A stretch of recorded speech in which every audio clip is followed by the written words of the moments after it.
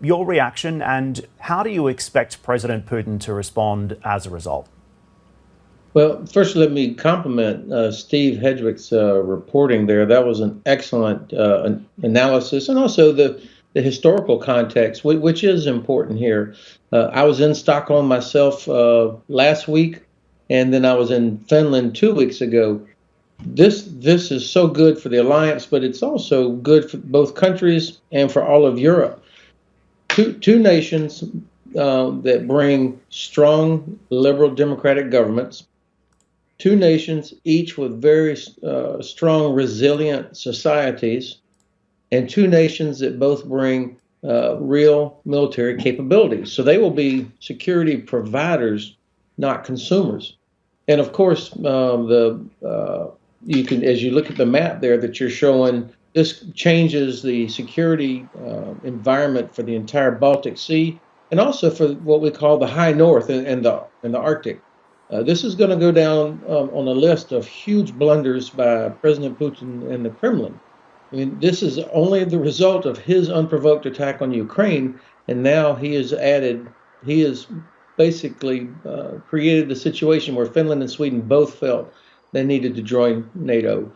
How will they react? Of course, he's going to complain about it. They're going to threaten things, but he actually has nothing that he can do. Most of his military is tied up in Sweden, so I don't see any real threat against Sweden or Finland. And Lieutenant General, can I also ask you, with regards to Turkey's position here, President Erdogan saying Turkey doesn't hold positive views on Finland and Sweden joining NATO. What do you think happens next here, and could Turkey's opposition to this ultimately undo it at all?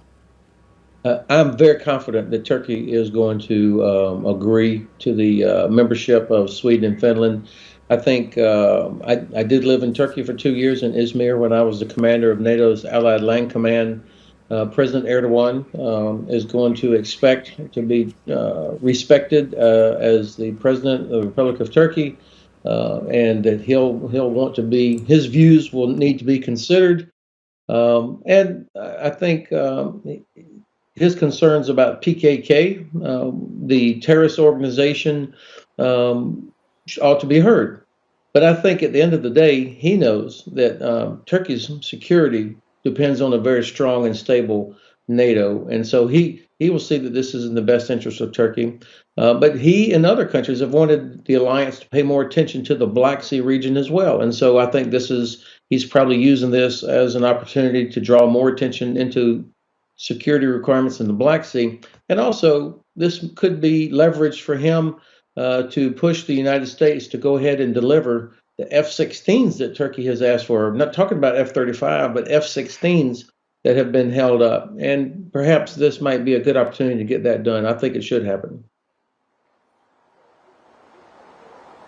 General Hodges, it's Hadley out in Beirut. It's wonderful to talk to you, sir. Thanks again for joining us. I have to ask you, when we talk about the unintended consequences of decisive action, President Putin takes action in Ukraine, and as a direct result of that, as you say, the security of Sweden and Finland, they feel that they are threatened, and now they're moving closer to NATO. When I have spoken in the past to prime ministers of Finland, to the leadership, the foreign ministers of Sweden at NATO meetings, because they would come and they would do that rather observer status, if you will, they always talked about the level of flyovers that they would see on a regular basis from Russian jets. What do you think is a direct result of what's going to happen next, in the sense that, as you say, Russia's military currently tied up in Ukraine? But can we expect to see more action along their borders, a more aggressive policy from Russia? I mean, in the past, they've been very, very smart about the fact that they haven't been reacting to direct provocation in that sense. Does that heighten the security dynamic in your view? Because that's how mistakes are made. And they could have, in this case, really serious consequences. I think that Sweden and Finland both are really very practical, unemotional people when it comes to these kinds of things. I mean, exactly as was described earlier, the long history, the policy of non-alignment, they're practical, the way they've gone about doing this, the preparations that they have for rapid mobilization. Finland is in the process of purchasing, I think, 64 F-35s. Sweden already produces an excellent aircraft of their own.